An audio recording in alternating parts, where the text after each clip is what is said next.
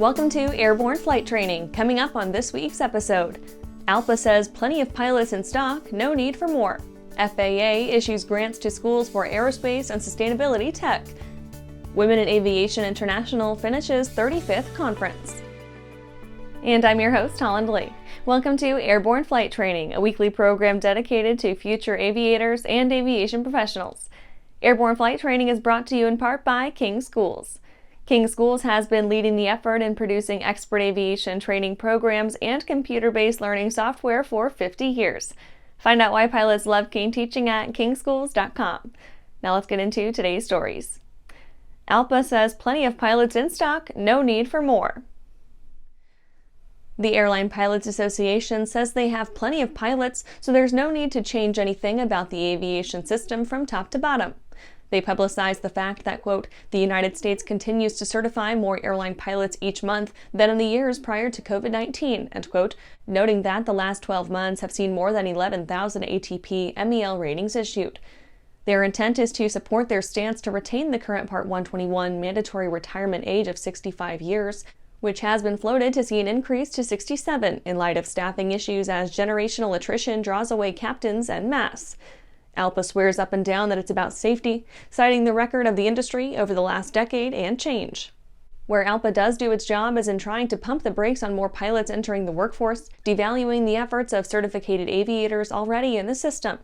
They say there's plenty of labor to draw from, citing those 11,000 ATPs, adding that, quote, financial analysts are reporting that demand is fulfilled, there is a surplus of airline pilots, and several U.S. airlines have scaled back pilot hiring, end quote. After the break, fired in-house pilots at Boeing win labor case. Well, hello, fellow pilot. I'm John King. And I'm Martha King. You know, we've all had our flying lives disrupted lately. Well, King Schools is here to help you stay up to date with courses that you can access on your desktop, iPad, or iPhone. If you'd like a refresher or just want to expand your aviation horizons, we have a course for you. So head over to kingschools.com/rusty today for details.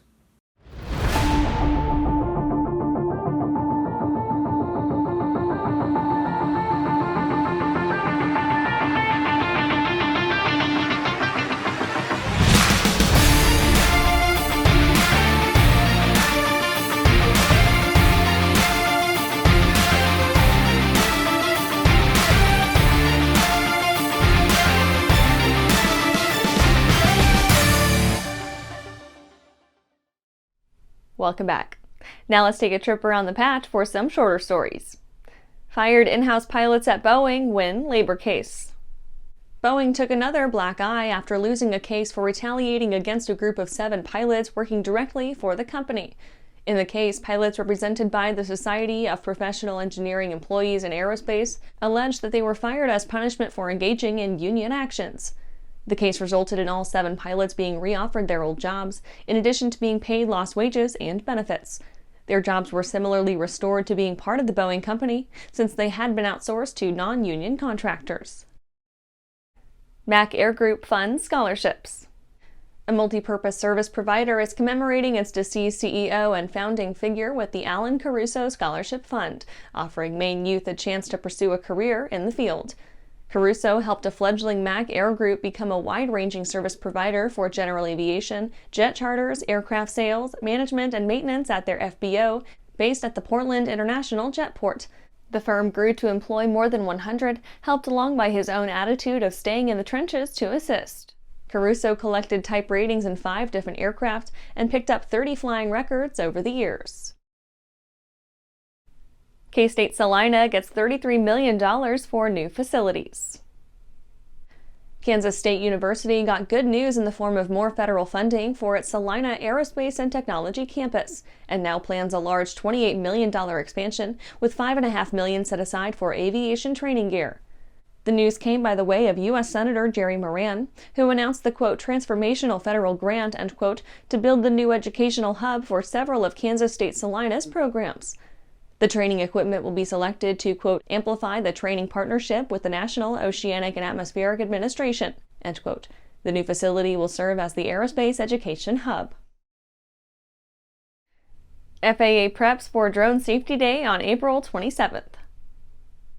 The FAA is accepting registrations from event operators to be part of its annual Drone Safety Day, inviting stakeholders to bring more awareness to safe and proper UAV operations in the U.S.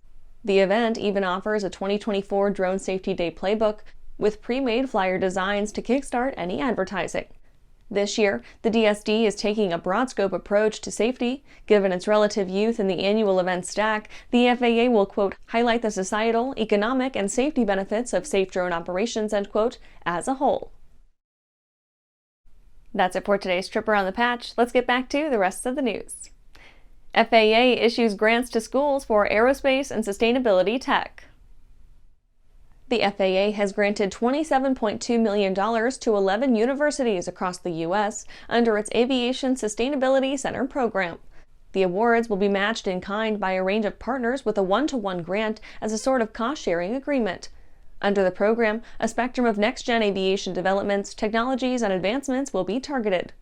Sadly, not all of them will be absolute boons to those in the industry, with some topics that could be weaponized in ongoing battles to close regional airports. Issues like air quality, noise, and the health effects of aviation noise will be studied at Boston University. MIT will handle emissions, contrails, noise, SAF logistics, hydrogen propulsion, commercial space emissions, and electrification assessments. Penn State will go for noise measurement, supersonic propulsion, fuel efficiency, and engine tech.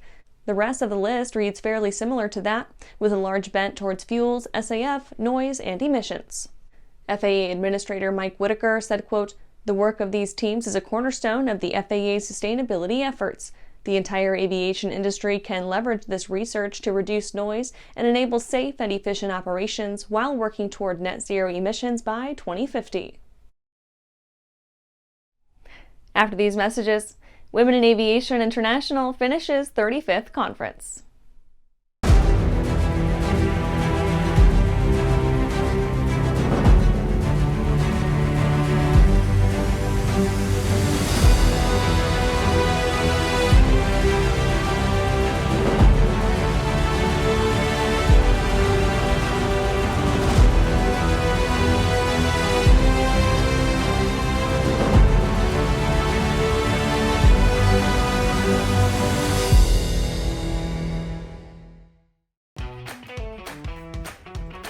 I think it's a very important thing to share the joy and love of flying.